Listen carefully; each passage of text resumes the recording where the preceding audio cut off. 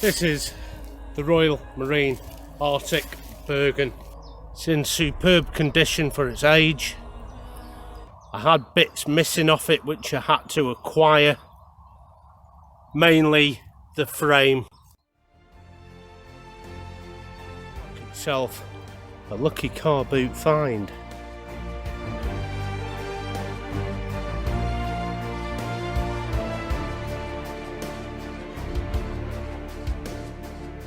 Things I had to source was the waistband and the fabled Carrymore frame, and of course these here, which are for the back supports or back cushioning. There seems to be about 2 ways to fit these.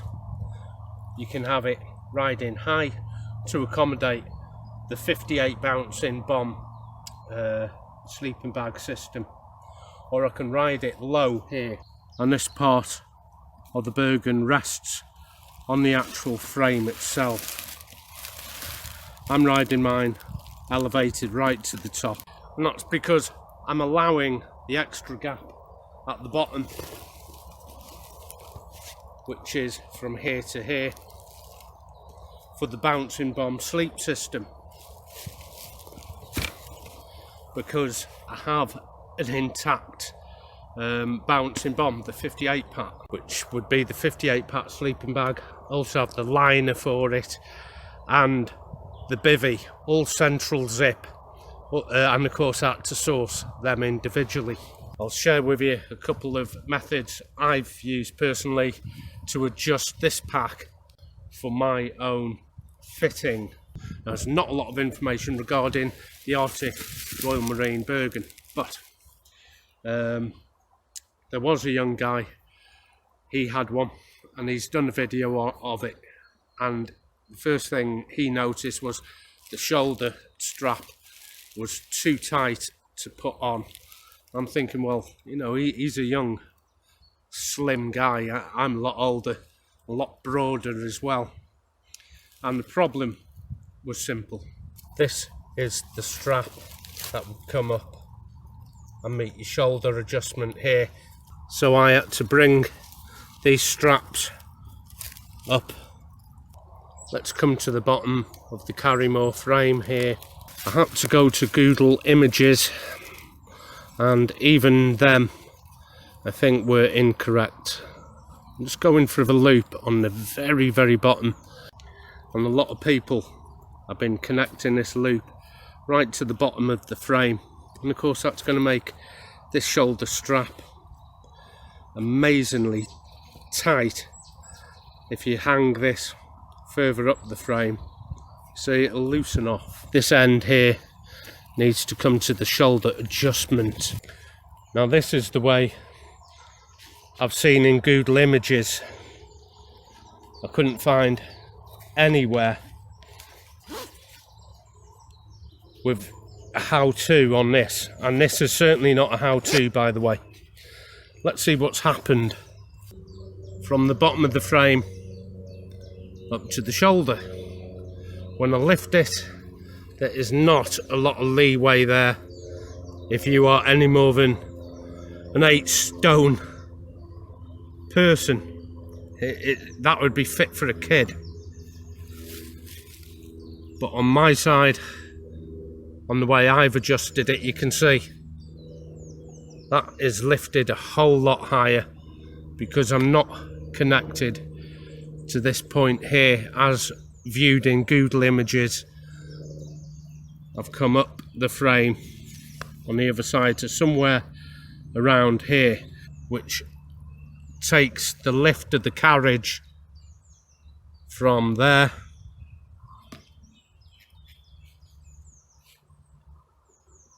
to there. So I'm just going to put mine back. Now if you have the Alice pack, you'll notice that these are very, very similar, like the LC1 and LC2 system. Just pull that strap out, which has been locked head on to the bottom of the frame, which I think is incorrect. It's an original strap into there. Now from here it goes to the waist belt, then to the shoulder, and on the waist belt it has a webbing loop here, which I can just pop the strap through and then straight back to the shoulder.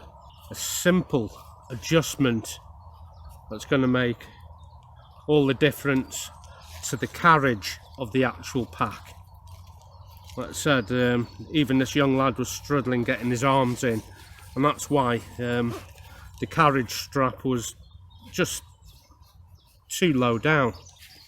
Just simple things to make your life a little easier. It just needs a little bit of working out rather than trying to follow other people's Google images or Pinterest and things like that, which I've been going to, and it looks like I've been getting a bung steer. I thought I'd acquired the waist strap for it last year, but I was wrong. What I'd actually acquired, just by quickly looking at this waist strap, which almost looks identical, with even the same buttle system here, is actually off a webbing belt, and we can tell that just because of the D loops there and there. I'll show you a quick close-up of the difference. This is the original. This is the belt for the webbing and not the pack. Another thing that was hard to source was the back cushions there and there. Managed to get 2 of them. Always had the shoulder straps with the pack, and never had the Carrymore frame. The Falklands War started, and we had to quickly modulate as many units over as we could, and it wasn't happening quick enough. We couldn't get enough units, troops or regiments over, so we had to redeploy 5 battleships that were in service in Russia. Then we had enough boots on the ground, as it were, but not enough Bergens. We'd commissioned so many of the Royal Marine Arctic Bergens, obviously just for the Royal Marines, which was going to be the first draft over to the Falklands. Now that left all the other troops that were coming over on the destroyers from Russia without these packs. So the MOD of the day had to requisition as many Jaguar packs, and a Jaguar, it was the Jaguar 4 by the way, is almost identical to this, but it was a consumer version of.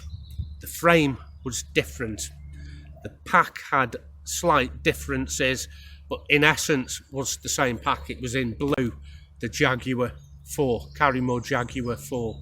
So a lot of regiments ended up with the Carrymore Jaguars, and very few of the Royal Marine Arctic Bergens were actually ever issued. So that's why it's taken me 3 years to source just the frame for this. Like I said, I always had the pack. The bottom of the Carrymore frame, which would accommodate the bouncing bomb system, 58 pack.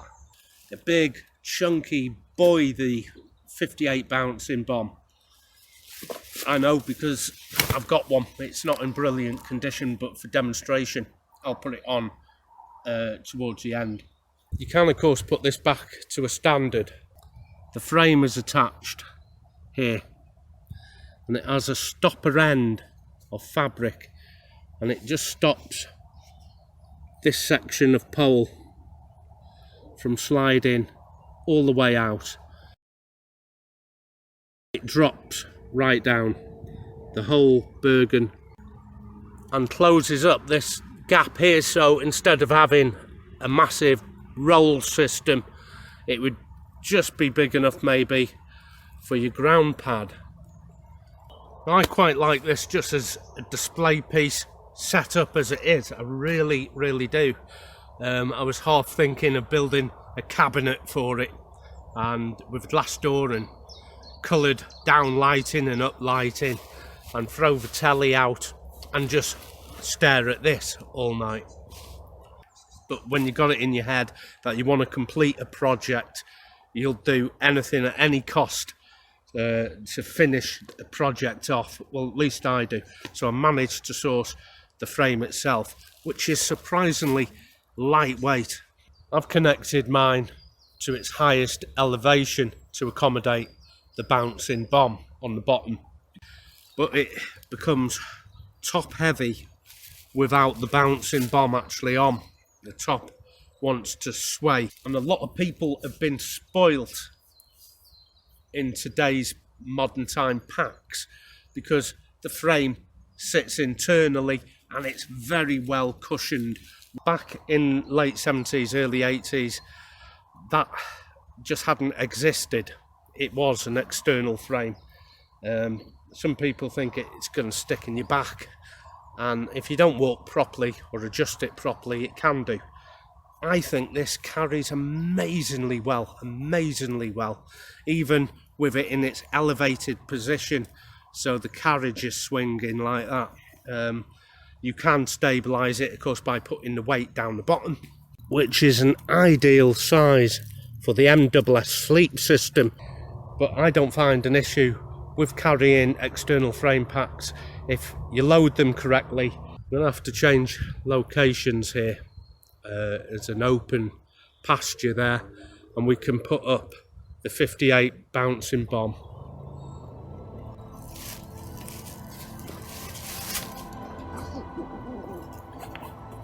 It's a floating lid, and straps don't come all the way off, exactly like the Alice pack. 58 pack sleeping bag also, and I've sourced the actual liner for it, and it's been connected. It's the cotton liner here. I'm going to put all the elements together, roll it, put it back where it belongs. This map 2001, so it's not in keeping. 58 pack bivvy, the sleeping bag cover, central zip, everything central zip.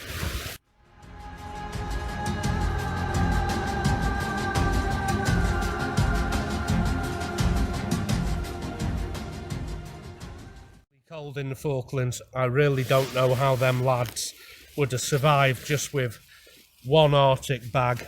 I mean, they were sleeping in all the kit, all the clothes, putting on the extra clothes, bitterly cold, wind blowing, and just the bivvy.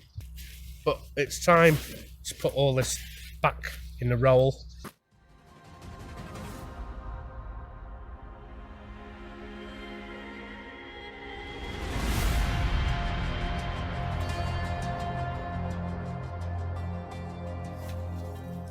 I'm just going to get that on the bottom of the frame here. Now you can see why there is such a wide housing from the deck to under here. It's to accommodate this.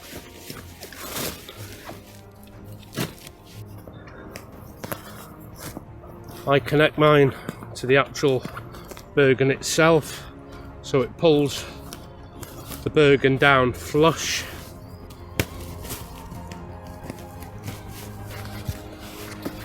These kit mats have been the same design for decades, so that means there's not much wrong with them. Brilliant. There's a pouch here on the front as well. It's not a bad size. Perhaps your demolition gear in there, or your comms, batteries. The only people I know who were in the Marines and the Falklands during that time, one has moved on and got himself a proper job, and the other unfortunately has passed away a couple of years ago. So I've got a lot of research to do, what would be housed in all this. I thought it was going to be quite heavy, a bit like the LC1 frame for the Alice pack. That's quite heavy. This is aluminium. It is really light, a joy to carry. Without the bomb on the bottom, bit top heavy. So what you would do is lower the pack. I'm pretty much a minimalist when it comes to camping, although it doesn't look it because the packs are big. But minimalist just means the minimal amount of equipment required, not necessarily compact or lightweight. I have videos on them. I have a video on compact camping, hyperlight camping, lightweight camping. Minimalist means just keeping things to the bare minimum. Here you see a bivvy, a sleeping bag, your kit mat. Just throw a stove into this and you're pretty much good to go, really. And just having the external frame and the load carried pretty high up like this above your head really does take a lot of stress out of carrying gear. I can well imagine being able to carry kit quite far comfortably, and you don't always get that with even modern packs. But then again, if you're not used to an external frame, you're not going to know what I'm talking about. But I'm used to it with my Carrymore Caribou, obviously, and now I have the Carrymore Royal Marine Arctic Bergen.